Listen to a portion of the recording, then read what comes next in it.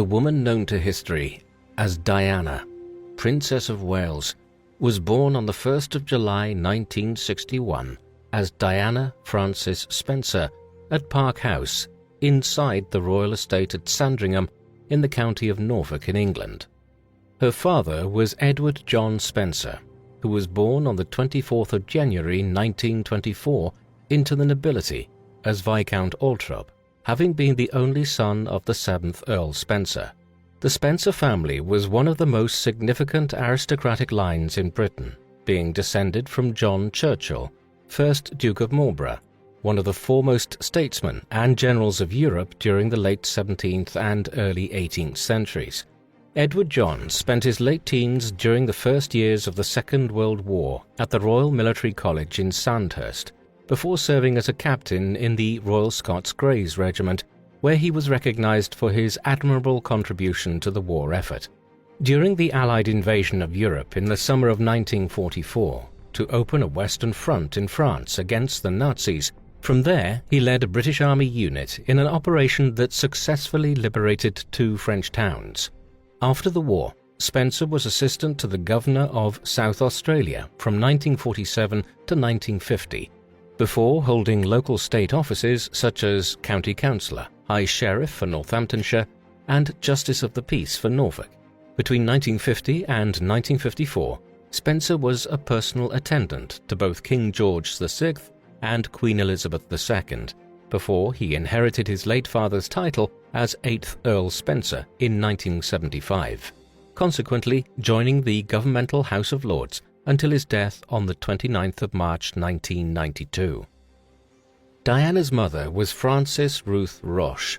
She was born on the 20th of January 1936, also at Park House, Sandringham, and was the daughter of a baron who forged a good friendship with King George VI. Her mother was a lady-in-waiting to his queen consort. At the age of 18, Frances married the Viscount Althorp at Westminster Abbey. They had 5 children: Sarah, born in 1955, Jane, who followed 2 years later, their first son, John, who was born in 1960 but tragically died just hours after his birth, Diana a year later, and finally Charles in 1964. They divorced in 1967 and both went on to remarry. A royal journalist reported that violent outbursts from the Viscount may have caused the marriage to fail, with Diana witnessing her father slapping her mother at least once, although custody of their children was awarded to the Viscount, and Frances lived the rest of her life relatively secluded on the Scottish island of Sale. Despite her relocation, a drink-driving ban and conflicts with Diana occasionally brought Frances into the press limelight, but she was largely left to focus on charity work until her death on the 3rd of June 2004. Her own parents' experience meant that Diana grew up as a child of divorce and was aware of the complications which can follow, but nothing could have prepared her for the difficulties which her own unhappy marriage would create from the mid-1980s onwards. Diana grew up at a time when Britain was experiencing wide-ranging changes politically, culturally, socially, and economically. The context of the second half of the 20th century was one of Britain rebuilding after the shock and devastation left by the Second World War, coupled with the birth of the Cold War between the Soviet Union and the United States and its allies like Britain, and fueled by the conflicting ideologies of democracy and communism. Compulsory national military service and food rationing remained prevalent in Britain throughout the second half of the 1940s and into the early 1950s.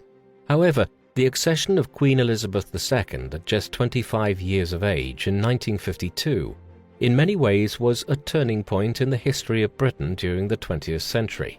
In the years that followed, renewed economic growth began, and by the time the decade ended, prospects for ordinary British people had improved greatly, with low unemployment, higher wages, and better living conditions and entertainment. Then, when the 1960s arrived, there was a social revolution, with music, fashion, and attitudes all changing.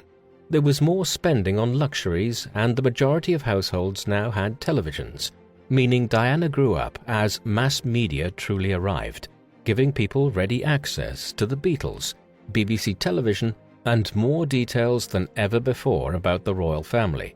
For instance, it was in 1960, the year before Diana was born, that the first ever royal marriage was televised, that of Queen Elizabeth's sister, Princess Margaret, to Anthony Armstrong-Jones, heir to the Earldom of Snowdon and an accomplished photographer. The 1970s, however, was a decade of strikes, as trade unions engaged in widespread industrial action brought on by a demand for improved working conditions.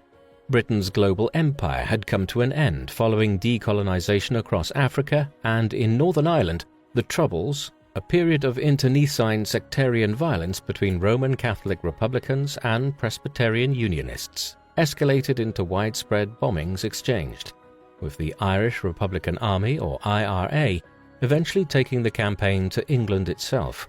To compound matters, from 1973 there was a 2-year recession in much of the Western world, driven by inflation triggered by the world oil crisis, which resulted in higher energy and commodity prices, thereby ending the boom enjoyed in the previous decade.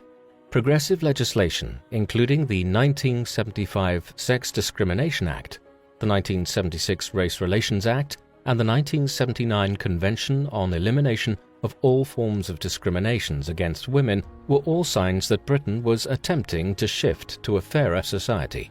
One element that had not significantly changed, however, was the upper class system and protocols, which were still made up of 5 ranks of aristocratic nobility, listed in precedence as Duke, Marquess, Earl, Viscount, and Baron. The royal family sat at the top of this hierarchy.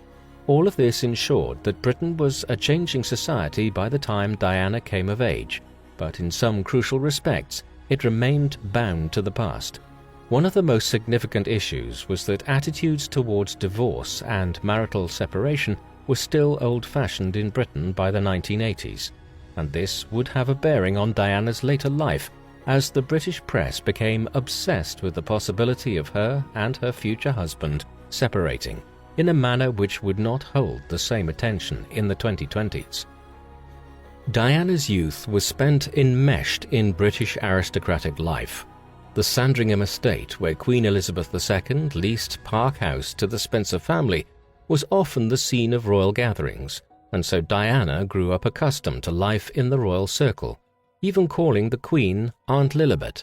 She also played with 2 of the Queen's sons, Prince Andrew and Prince Edward, during her younger years, though her eldest son, Charles, the Prince of Wales and heir to the throne, was already entering his teenage years when Diana was born, and so they had no real contact during her youth, being of 2 significantly different age groups. Diana's parents divorced when she was just 7 years old, following which she initially went to live in London with her mother, but shortly thereafter her father won custody of the Spencer children, and together with her 2 older sisters and younger brother, Diana returned to Sandringham to live with the future Earl. In 1970, Diana was enrolled at Riddlesworth Hall School, following a few years of homeschooling and a short spell at Sillfield Private School in Norfolk. 4 years later, in 1974, she went to boarding school at Westheath near Sevenoaks in Kent, where she showed a talent for music, swimming, and dancing. In her second year, upon the death of her grandfather, she inherited the title Lady, as her father became Earl Spencer and moved into the hereditary Spencer seat at Altrop in Northamptonshire. Despite describing her time at Westheath as the happiest days of her life, Diana struggled academically in many areas, and she failed her O-level exams twice before moving to the Institut of Alpin Wiedemannet in Switzerland during 1977. This was a finishing school designed to prepare pupils for life and the associated courtesies and protocols of upper-class society. In November 1977, there was a grouse hunt at her family estate in Altrop, and Diana was in attendance when her older sister Sarah arrived on a date with the heir to the throne, Charles, Prince of Wales. Romance would be short-lived for Sarah, as they would date for only a brief time, with the prince ending the relationship on a skiing trip, and Sarah telling the press that she would never marry him, whether he was, quote, a dustman or the King of England. Charles and Diana caught each other's eye for the first time, with Charles describing Diana as jolly, amusing, fun, and attractive, while Diana joked to her friends about marrying him. Some sources suggest that Charles was still in love with Camilla Parker Bowles at this time, despite her marriage to Andrew Parker Bowles 4 years prior. Charles and Camilla had dated for a time in the early 1970s, but Charles had refrained from proposing to her owing to her family's lack of aristocratic titles and her perceived long dating history, which would contravene the traditional preference of a princess and future queen to carry a virginal, unsullied image when marrying the heir to the throne. As a result of Charles' procrastination, Camilla had moved on and married, but she and Charles, in retrospect, remained the loves of each other's lives and stayed in extensive contact throughout the late 1970s and into the 1980s. In 1978, Diana left school.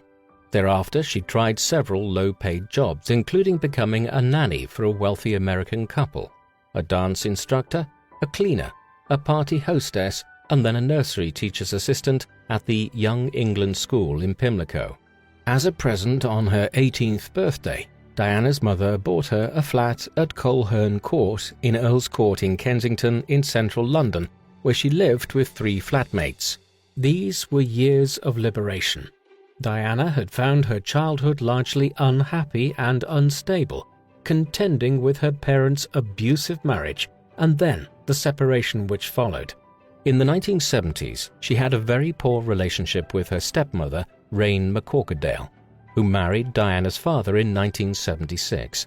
Diana described her as a bully, and on one occasion, Rain allegedly pushed her stepdaughter down a flight of stairs. Despite this, Diana had developed from a shy child to a confident and beautiful lady who mingled with aristocratic and powerful people, opening her up to a wide world of potential. In November 1978, Diana was invited to Prince Charles' 30th birthday celebrations at Buckingham Palace, the famed London home of Queen Elizabeth II. Diana was not intimidated by the attendees nor her surroundings, and was fascinated by the company and event, apparently making a good impression of herself on the prince. However, in August 1979, Lord Mountbatten, Charles' great-uncle and a major influence in his early years, was assassinated by the IRA, leaving Charles devastated. He sought comfort from Camilla, which started rumors that the pair had secretly resumed a romantic relationship, one which Camilla's husband, Andrew Parker Bowles, was apparently accepting of, as he himself had also been involved with numerous lovers since beginning his relationship with Camilla.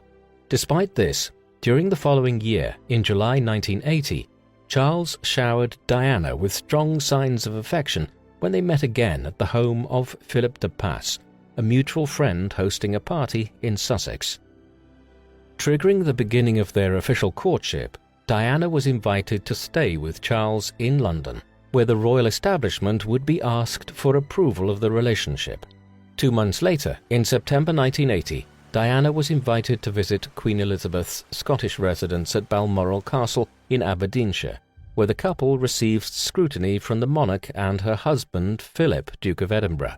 Charles had clearly invited Diana to meet his parents in order for them to assess her suitability to become his wife, at a time when picking who the future queen consort would be was viewed as a political as much as a personal and emotional decision. Private Secretary Lord Charteris was present at the visit, reporting that Diana ensured Charles saw her looking beautiful, decorous, and acting jolly, which Queen Elizabeth also noticed and remarked how she found her charming and appropriate. Referred to by the media as the Test of Balmoral, Diana and Charles got their blessing, which sparked the beginning of big public interest, with a race in the press to be the first to publish photos of the lady who was dubbed Shy Di. With the couple's relationship now public, there was a threat to the royal establishment, as it fueled tabloid newspapers to scrutinize and run stories on Charles and Diana, stories which could be either positive or negative. The papers cared little, as long as the story sold. Such was the desire to uphold a positive regal image. In November 1980, the royals demanded an apology from one tabloid newspaper when it claimed Charles had used the royal train to secretly meet with Diana. This was controversial, as the tax-funded transport was intended for official public duties only. In early 1981, upon the recommendation of Charles' father, Prince Philip, Charles decided to commit to Diana to remove the press attention and to protect Diana and himself from the possibility of damaging their reputations. Accordingly, on the 6th of February, he proposed at Windsor Castle, and Diana accepted. They officially shared the news with the BBC 2 weeks later in a press announcement which produced controversy when the reporter conducting the interview asked them both if they were in love. Diana swiftly replied, "Of course," but Charles added, "Whatever love means." This was interpreted by some as an early sign of division between the couple, although in the same interview, Diana showed positive signs by saying she was ready for the challenges of joining the royal establishment, as she had the unwavering support of Charles. However, there were numerous other causes for concern if anyone had cared to look. Charles was already heading into his mid-30s, while Diana was just 19, and their courtship was hardly extensive. A biography of Diana, written many years ago, concluded that Diana and Charles had only met each other 12 or 13 times when Charles proposed. It all boded ill for the future. Diana chose her own engagement ring, which was contrary to royal tradition because it was not custom-made by the royal jeweler. She chose an 18-carat white gold band adorned with a Ceylon sapphire, picked out of a catalogue which others could purchase. It was the first indication of her desire to forge her own path as a member of the royal family, rather than following tradition. Shortly after the wedding announcement, Diana moved into Clarence House in Westminster in London, which was one of the homes of the Queen Mother, although later Diana would move to Buckingham Palace for the remainder of her engagement. She found this to be an incredibly lonely time. On the 9th of March 1981, the couple made their first appearance together at a charity musical concert at Goldsmiths Hall in central London, where Diana was met with intense press attention as she stepped out of her car in a black, shoulderless dress which was 2 sizes too small and revealed more than royal fashion etiquette would normally allow. One reporter suggested it was like watching Cinderella swap her rags for riches, comparing the event to a fairy tale, although Diana found it an unbearable experience which set out some harsh realities about her future. Following the Goldsmiths event, there was an after-party at Buckingham Palace where Diana met Princess Grace of Monaco, who was previously known as Grace Kelly, an Oscar-winning American actress, before marrying into royalty. Grace comforted Diana, who got upset over the appropriateness of her dress and small details of acceptable etiquette, such as which arm to wear one's handbag. Bursting into tears, Diana realized that her future life would be characterized by scrutiny and pressure, which Princess Grace joked would only get worse, oddly cheering up the conversation and creating a bond between the pair. In the months leading up to the wedding, Diana grew increasingly suspicious of the relationship between Charles and Camilla, particularly so when she found a personalized bracelet that her future husband had purchased for Camilla. Diana nearly called off the wedding on this occasion, but her sisters talked her out of it and she pressed on with the engagement. Later that month, as she watched her fiancé fly from Heathrow Airport to embark on a 6-week tour, Diana was pictured crying. Charles had taken a call from Camilla just before he left. On the 28th of July 1981, Diana had a severe episode of her eating disorder bulimia, a condition which she suffered from periodically throughout her life. It was triggered, in this case, by the anticipation of her upcoming wedding the following day. She spent the night with her sister, Lady Fellows, at Clarence House, and received a signet ring from her fiancé with a note talking about his pride in her and offering reassurance that if she looks people in the eye, she will win the hearts of the people. Diana slept poorly due to singing crowds of gathering spectators and feelings of anticipation. Upon waking up, she described herself as being helplessly numb as she accepted the world was watching, with foreign dignitaries from across the globe all due to attend.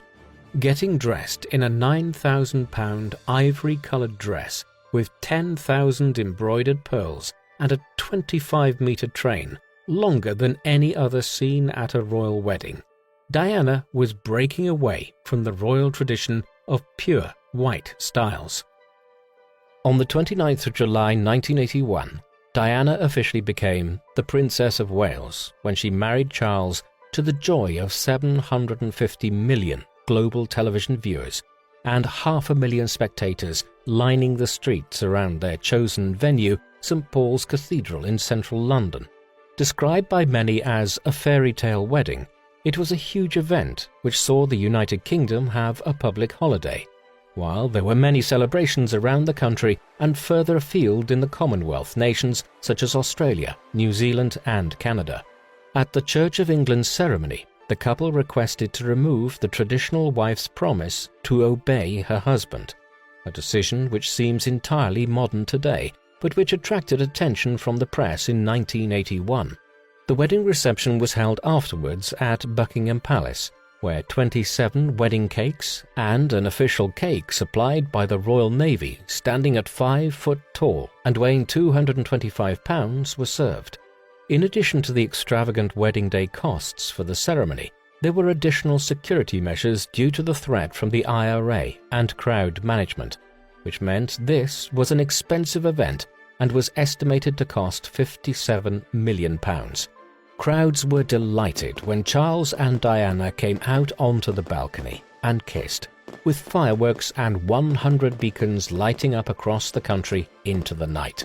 Despite the splendour of the occasion, however, it was a doomed union in retrospect. After the wedding reception, the newlyweds were taken by carriage across the River Thames, and they then left London to start their honeymoon at the stately home Broadlands in Hampshire. From there, they flew to the Royal Yacht Britannia 3 days later for an 11-day cruise around the Mediterranean, before returning to Balmoral Castle in Scotland for a hunting trip with other members of the royal family. Diana did not have a happy honeymoon, and she cried repeatedly, while her bulimia flared up due to the immense changes she was experiencing. Each day, she found Charles' analysis of the novels he was reading to be rather tedious in what was surely a classic example of why two individuals who do not know each other should not rush into a marriage for the wrong reasons. Many pictures were taken during their stay at Balmoral, which was organised by the Royal Press Office, who, in effect, organised and engaged official touchpoints with the major press outlets, including tabloid newspapers. To make matters worse, during the honeymoon, Charles reportedly wore cufflinks gifted to him by Camilla, with Diana discovering where they had come from during the trip. She suspected more and more that he was still unable to move on from his old relationship. Despite this, public sentiment assumed the new Princess of Wales was happy, having just become the third highest-ranked female in Britain, according to aristocratic precedents. The newlyweds resided at Kensington Palace in London and Highgrove House in Gloucestershire after marrying. It was just after moving in to these residences that the royal family announced that Diana was pregnant on the 5th of November 1981. 2 months later, she fell down some stairs at Sandringham while just 12 weeks pregnant. But fortunately, no harm befell the unborn baby. We know today that Diana intentionally caused the fall because of her growing depression and feelings of inadequacy as part of the royal establishment. To compound matters, in February 1982, pictures of Diana pregnant in a bikini were published in the media. This deeply upset the royals, with the Queen publicly condemning those who took and released the photos. On the 21st of June 1982, however, Prince William Arthur Philip Louis of Wales was born at St Mary's Hospital in London, automatically becoming second in line to the throne of Britain. This came at some personal cost to Diana, as she suffered postnatal depression in the months that followed, made worse when her friend Princess Grace of Monaco died on the 14th of September 1982, having suffered a stroke while driving. resulting in her car plummeting off a cliff, with just her daughter, Princess Stephanie, surviving. Diana attended the funeral despite her husband allegedly telling her he saw no reason why she should have to attend. There, Diana wore a black dress and became the center of press attention, with some of her critics saying she appeared to thrive on it. Attracting both criticism and praise, Charles and Diana took 9-month-old Prince William on their first joint royal tour of Australia and New Zealand in March 1983. This broke royal precedents, as young children were traditionally left at home when working royals had toured the Empire or Commonwealth nations in times gone by. Arriving in Alice Springs, Australia, Diana got off to a rocky start, with some of the Australian press reporting that she looked miserable as the royals sought to win the hearts and minds of the public in the Commonwealth country in order to reaffirm support in the British monarchy, whose queen was still a symbolic head of state for many worldwide countries. The young baby prince stayed with a nanny at the tour base on a farm at Woomagama in central Australia, as the royal couple began visiting famous sites such as the sacred Uluru, more widely known as Ayers Rock. As the tour progressed, Diana's ability to charm was complemented by her beauty and style. Her popularity was growing across the globe, even in challenging ex-colonial countries which were increasingly skeptical of the lingering ties to the British monarchy. For instance, crowds began to come out to see Diana, who, it was estimated, shook the hands of around 6,000 people during the tour of Australia, developing her popular image as someone who was accessible and relatable to the public, while also appearing down-to-earth and unafraid to break with royal protocols. The 2-month tour finished a success for the royal couple, but with the limelight shifting towards Diana, there was animosity created, as Charles was used to being at the center of attention, but was at times pushed aside, which put pressure on the relationship when they arrived back to London and found it was the same at home. On the 14th of February 1984, the papers published the news of Diana's second pregnancy, having confirmed the information the night before, marking an uncharacteristic period of happiness for the couple as they grew to their closest as man and wife. With her husband wishing for a baby girl, Diana feared disappointment when she found out it was a boy, and consequently decided to withhold the sex from Charles until the birth of their second child, Prince Harry, on the 15th of September 1984. As a mother, Diana put her children first and often refused the wishes of Charles and royal traditions. For instance, she organized her own childcare, picking William and Harry's clothes and taking them to the school that she chose when they got older, rather than relying on royal household staff to carry out these tasks, as so many royal couples had for centuries. This all added to the growing perception of Diana as the people's princess amongst the wider public, a royal princess who seemed to have the common touch and who had little time for the rituals and stuffiness of the traditional aristocracy. Diana's royal duties recommenced in 1985 once she recovered from her pregnancy.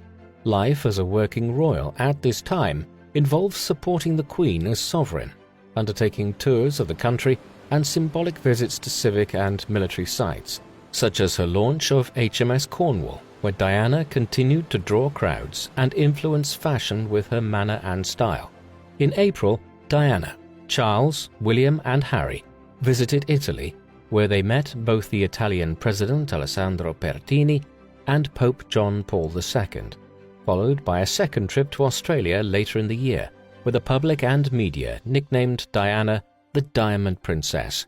In November of that year, while attending a dinner hosted at the White House in Washington, D.C., President Ronald Reagan's wife Nancy fulfilled a fantasy of Diana's when she paired her with movie star John Travolta for a dance which cleared the floor, as influential onlookers watched the infamous moment unfold.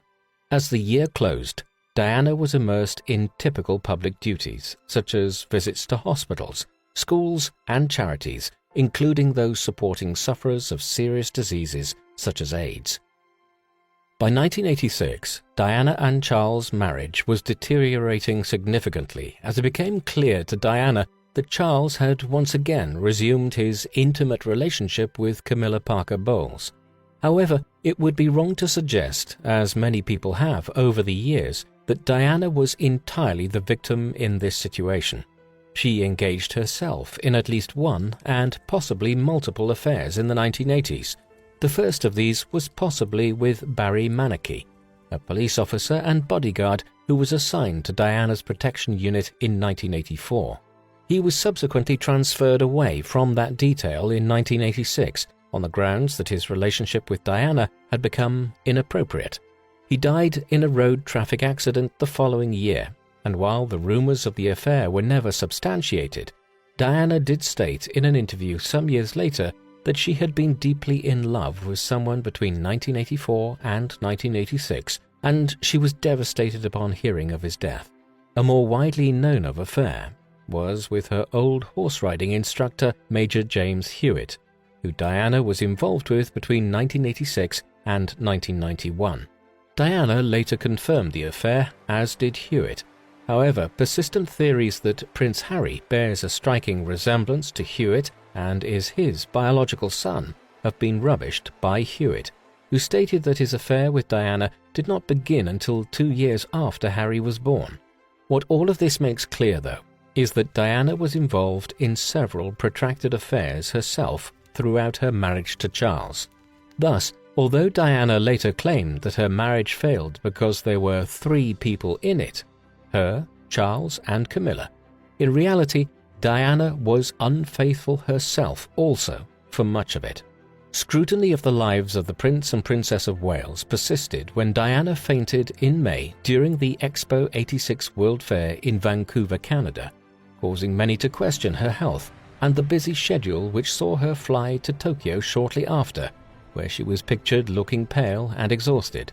Diana was immensely popular across the world and in Japan, which ensured the 8-day tour was action-packed, but the couple successfully hid any issues in the marriage throughout the trip. In November 1986, Diana went on a short tour of the Middle East, where she met King Fahd of Saudi Arabia and Sultan Qaboos bin Said Al Said of Oman. We might ask at this juncture, just who was this young woman who was involved in such tangled political affairs in the 1980s and was at one point assumed destined to become the Queen of England one day? Often Diana's personality is masked by the public adulation she received on account of her charitable activities and the perception of her as the victim of a political marriage. But who was she away from the media glare? Diana was a mix of charm and confidence, under which was hidden many insecurities and emotional storms. Friends noted that she could shift from one mood to another relatively quickly, so that the young woman who had to act one way at a royal event or was livid owing to some media reports and intrusion into her life at a given time could quickly become more upbeat with friends. Other lifelong friends noted that there was a paradoxical nature to Diana. The fashion entrepreneur Roberto Dvorak, for instance, noted that Diana could be extremely mature in some instances, but conversely entirely immature in other situations. Similarly, despite the massive number of responsibilities which were foisted on her, she could also be very childlike. In many ways, this was what won her the admiration of so many, her unguarded and innocent manner, even in serious situations. Her younger brother, Charles, perhaps provided the most penetrating insight into this, noting that Diana's great strength and weakness was her honesty, and yet even this could often be disguised by her need to exaggerate. Even when she was being truthful, she was, in short, a complicated person. In April 1987, Diana opened the first UK hospital ward dedicated to the treatment of HIV, where she famously tackled the stigma around those infected with the disease when she shook the hands of 12 patients without wearing gloves. Only one picture was taken, and the 32-year-old man insisted that it should be taken from an angle where his face could not be seen.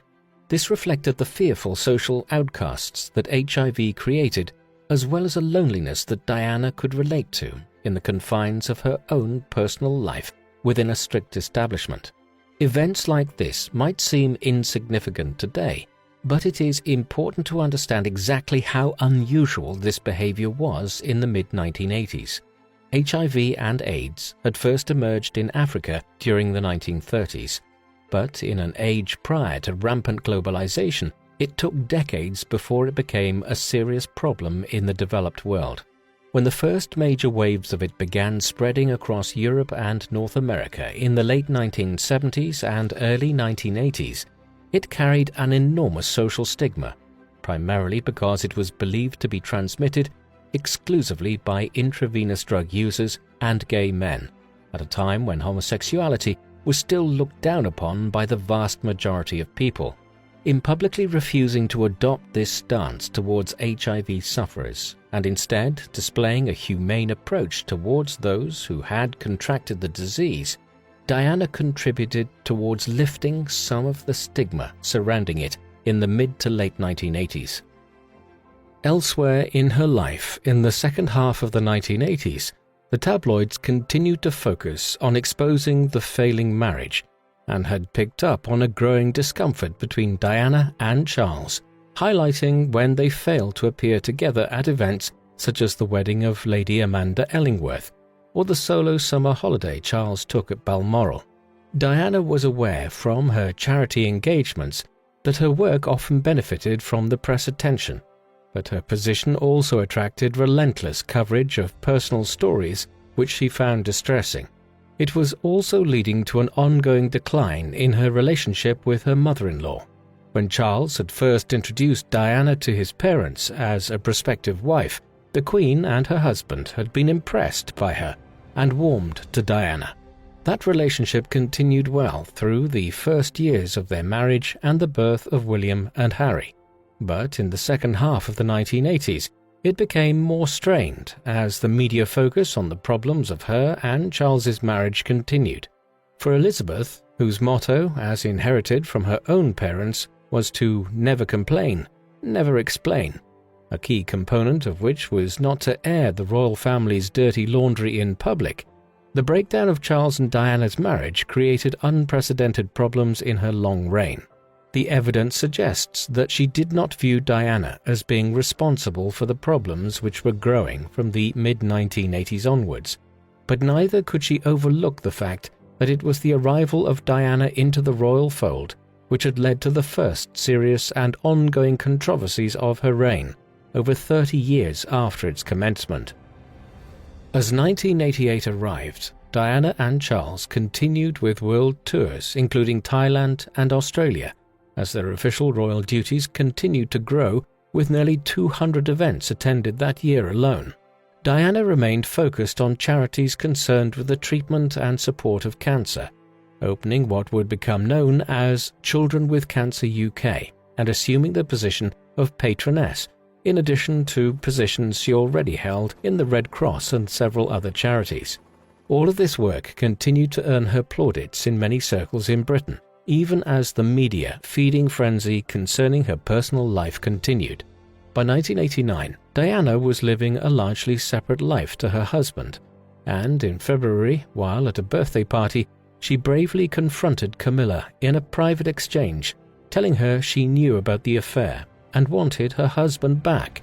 The accusation was met with denial from Camilla, and so, in the year that followed, things continued on the same trajectory. Diana continued to make headlines when she hugged a child suffering with AIDS before her busy schedule flew her on a tour of Kuwait and the United Arab Emirates the following month, with her duties now increasing to approximately 300 official engagements per year, an enormous burden for a woman who was still just in her late 20s and balancing motherhood and a very complicated personal life. In March 1990, Diana and Charles toured Nigeria and the Republic of Cameroon, where she highlighted projects which centered around women's education and healthcare. In May, the couple marked history by being the first royals to visit ex-Soviet Hungary which was one of many Eastern European countries that had liberated itself from a communist regime the previous year. Despite the potential Eastern conflict with the USSR apparently easing, with the Cold War coming to a largely peaceful conclusion, in the Middle East, Britain was one of 35 countries condemning Iraq for its invasion of Kuwait, triggered by an oil pricing war and deep historical disagreements. In August 1990, when Iraq refused to withdraw, the First Gulf War began, which was a conflict that would see the loss of 47 British military personnel. Diana was keen to show her support for British troops and their families, and in December she travelled to Germany, where she met British soldiers and their families who were stationed at Bergen-Hohne garrison near Hanover. During this visit, she told the 750 military families stationed here that they would not be forgotten this Christmas time as they fought overseas. She also wrote a motivational letter to the troops, one which was published through the British military's internal communications in the new year. In 1991, Diana's royal duties included a trip to Kingston in Canada, a solo trip to Pakistan, and a visit to Brazil, where she highlighted organizations that were trying to tackle poverty and provide relief to homeless children. In her role as a mother, Diana continued to be dedicated to her children and was characteristically unfazed by royal protocol when she competed in Harry's school sports day event, running barefoot in a skirt during a race between the parents. In June, when Prince William suffered a head injury from a golf club and was hospitalized, Diana spent the whole night at his bedside, making sure he was okay, following a successful operation. In July 1991, marking their 10-year wedding anniversary, Charles and Diana went to Highgrove House in Gloucestershire, which was a property the family often went to on weekends.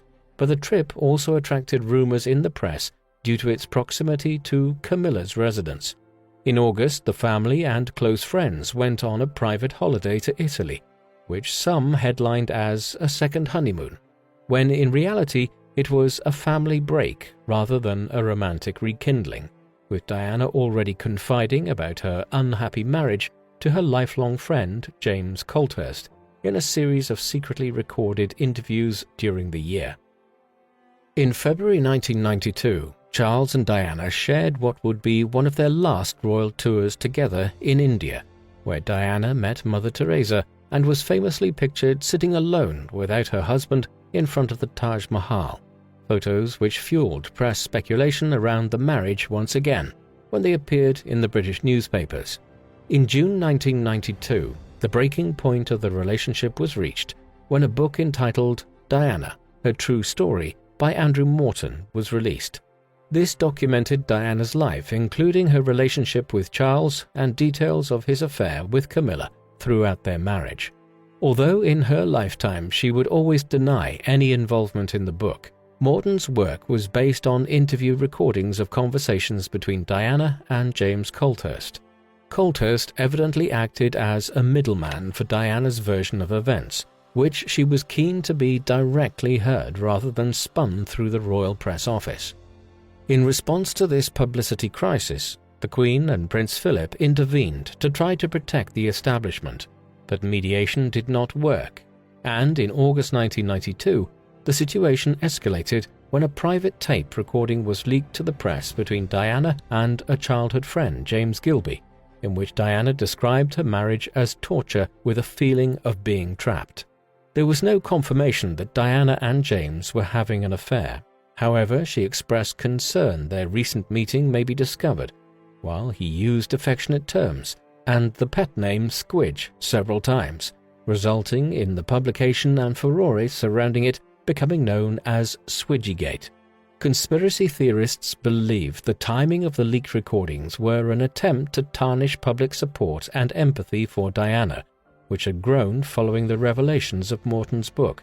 And although there was no evidence to this effect, it is an example of how conspiracy theories began to increase as people in the public and royal establishment started to pick sides. In November 1992, there was a final attempt to show the world the marriage could be salvaged when Charles and Diana were sent on a 4-day royal tour of South Korea. But the pictures that were taken during the trip had the opposite effect, with the couple looking unhappy and described as the Glums, a description of them which had first surfaced in the 1980s. Meanwhile, back in England, the Queen herself made a rare public statement about her feelings about the controversy Diana and Charles's marital woes was generating, combined with other family difficulties. In a speech she delivered on the 24th of November 1992, commemorating the 40th anniversary of her accession to the throne, she stated, "1992 is not a year on which I shall look back with undiluted pleasure.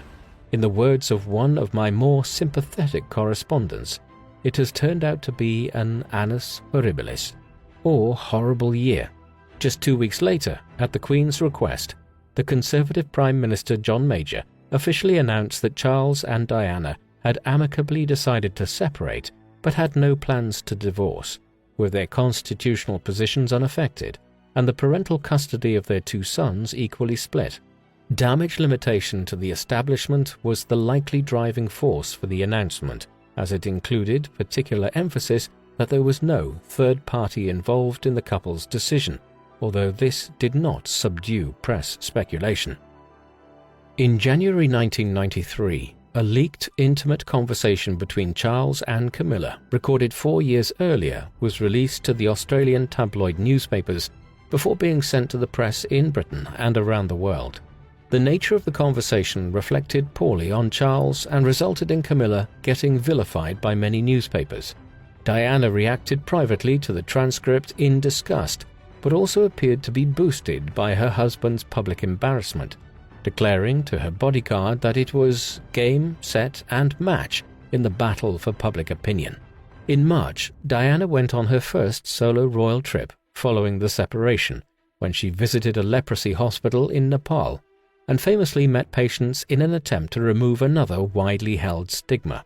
Despite the normal persistence of everyday duties, Diana and her opinion of Charles continued to deteriorate, when, in a letter to her bodyguard in June, she accused him of being in a relationship with his personal assistant, Tiggy Leg Burke, whom he had hired as a nanny for Harry and William, which Diana resented. A Tiggy and Charles relationship was never proven, and it seems doubtful that it ever occurred. In the months that followed, Diana was consumed with the separation and, in particular, the ever-present public eye, so much so that by December 1993, she re-evaluated her life and declared in a statement that she was taking a step back from public life due to the intense press intrusion of the past 12 years and the consequent pressure on her personal life. Stressing her continued involvement in charity work, she thanked the public for its support and advised that she would now engage in a more sustainable work-life balance where her duties could be fulfilled, while also maintaining some level of personal privacy. In June 1994, right around the time that Diana attended the 50th anniversary of the D-Day landings in northern France, Charles had been Prince of Wales for 22 years, and to celebrate, he was interviewed by journalist Jonathan Dimbleby for a documentary which covered his royal duties worldwide for almost a year, while also giving him the platform from which he chose to speak about his marriage. Around 13 million viewers watched as he admitted to adultery, adding that it was only after the marriage was irreparable and confirming the next day that the affair was with Camilla. This news was not a revelation, as, by that time, the press had uncovered affairs involving both parties in the marriage, but it was a shock to the public to hear it from the future king's own lips and created further divisions between those who supported Diana and those who were sympathetic to Charles. On the same evening that the interview was aired, attending a dinner event in the Serpentine Gallery, London, Diana wore an evening gown styled outside the normal confines of royal conservatism. This resulted in it becoming popularly referred to as the revenge dress, with some journalists saying it symbolized Diana's breaking free from the rules of the royal establishment and taking back control of her life. In January 1995, Camilla and her husband Andrew Parker Bowles announced plans to divorce, reigniting speculation around the status of her rekindled relationship with Charles. In the months that followed, Diana did not react publicly, but instead focused on her duties when she made a royal visit to Emperor Akihito in Japan, the Venice Biennale Art Festival, and a trip to Moscow, where she received the International Leonardo Prize in recognition of her charity work.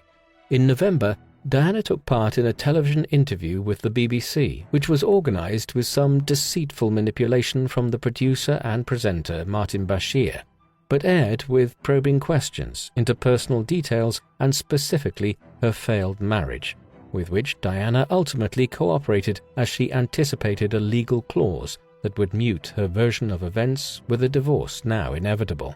Public interest spiked, and Diana put herself back into the press limelight following her break. This resulted in split opinions, with some saying she was unjustly trying to portray herself as a victim of psychological abuse from Charles, while others backed her for bravely speaking out against an archaic establishment who were not supporting a vulnerable family member. When the interview aired, it caused crisis for the royal image, with quotes that suggested Diana did not see Charles as a suitable heir to the throne, and confirmed that both of them were involved in extramarital affairs. The Queen consequently wrote letters to both Diana and Charles, advising them to finalize their divorce and end the never-ending press attention with all the associated negative insights into the royal family. Unsurprisingly, Charles accepted the Queen's recommendation. Diana was upset by the letter, as she felt she was being told to agree to the divorce rather than being asked, but she eventually accepted. Divorce negotiations were concluded on the 28th of August 1996, with joint custody of the children, a lump sum of £17 million, and an annual allowance of £400,000 awarded to Diana, retaining the title of Princess of Wales, while losing the title Her Royal Highness. All royal duties would continue until, as and when, she remarried.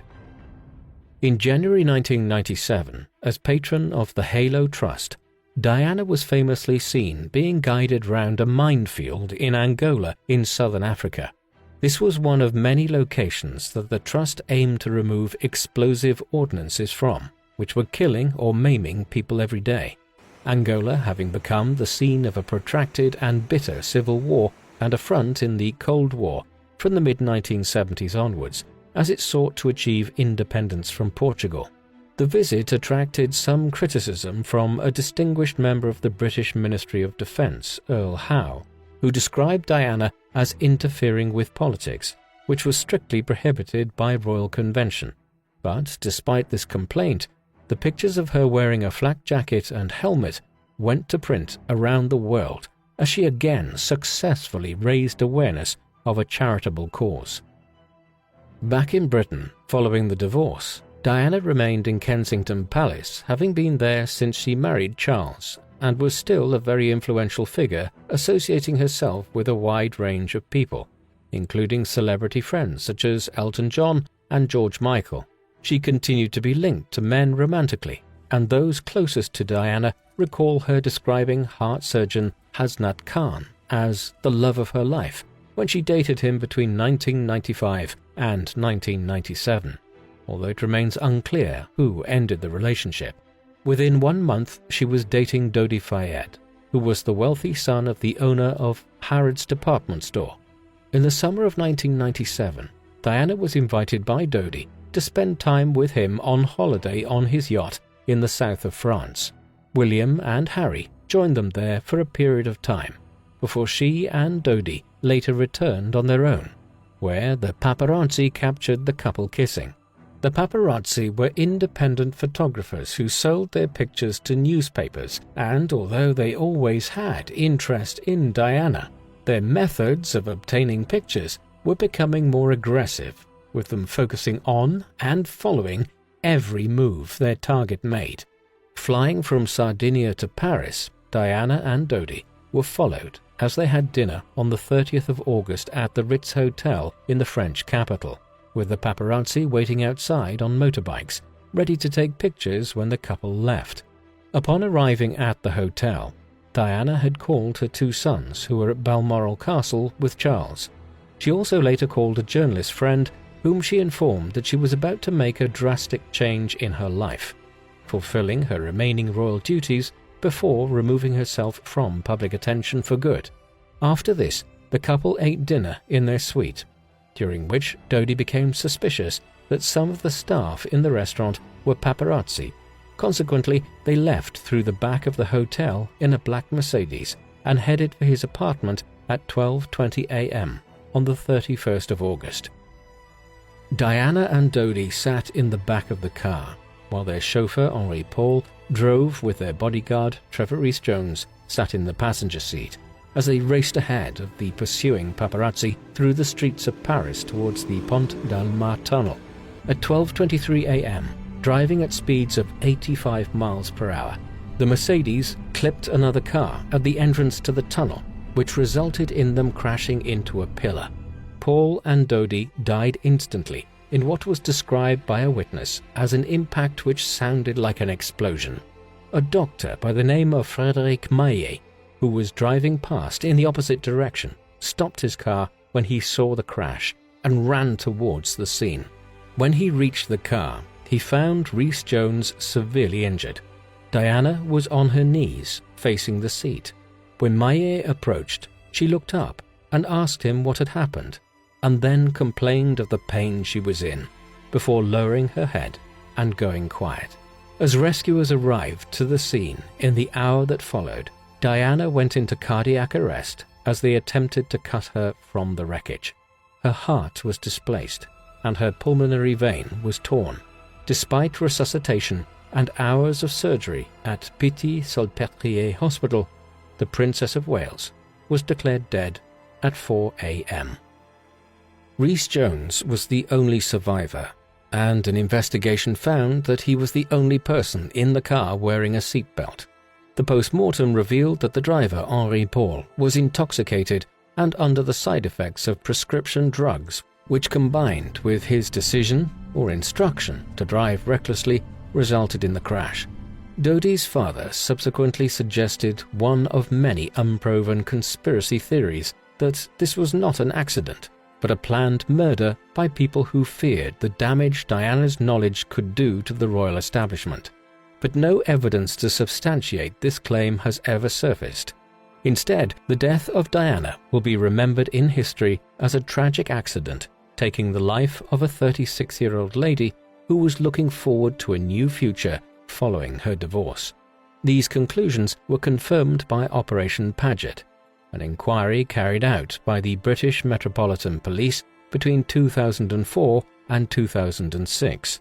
This found that Henri Paul was intoxicated on the night in question, and this, combined with the actions of the paparazzi who were chasing the car, resulted in what was later declared an unlawful killing due to gross negligence. The inquiry also confirmed that Diana had not been pregnant at the time of her death, a suspicion that had lingered ever since the events of 1997.